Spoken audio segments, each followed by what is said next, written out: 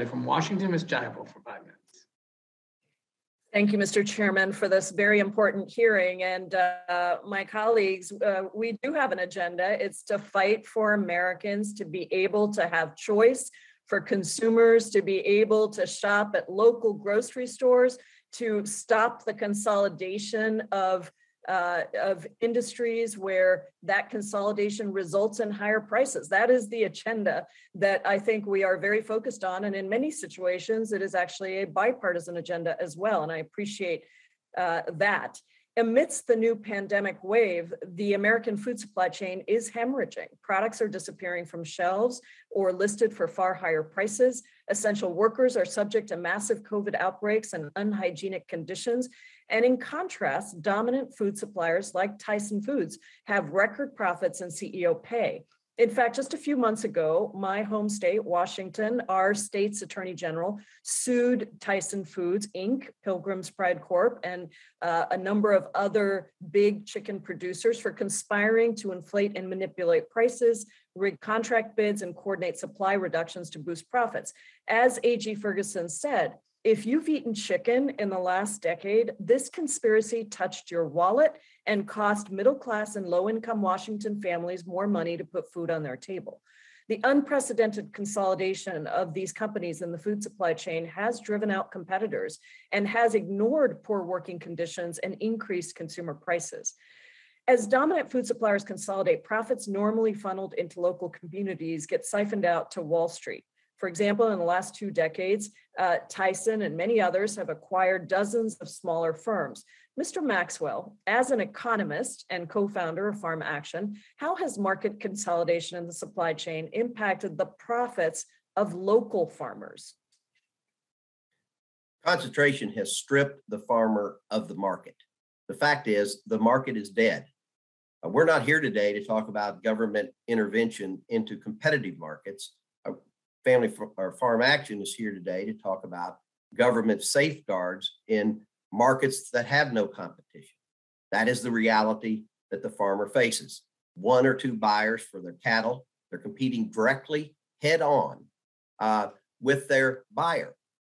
The majority of the cattle are either owned by the packer or controlled by the packer.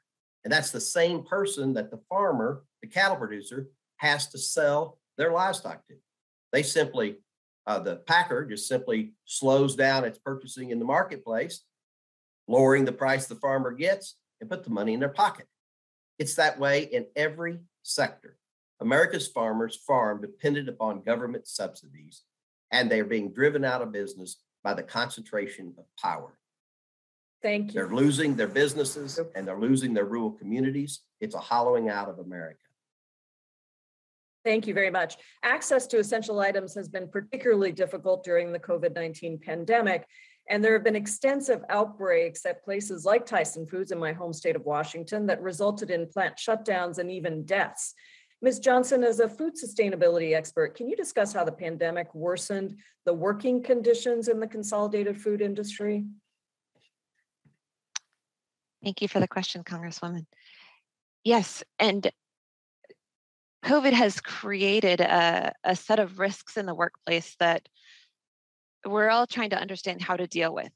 It's dangerous to go to work in a way that it hasn't been before, and the dangers fall most heavily on those who are also poorly paid and already endure dangerous workplaces.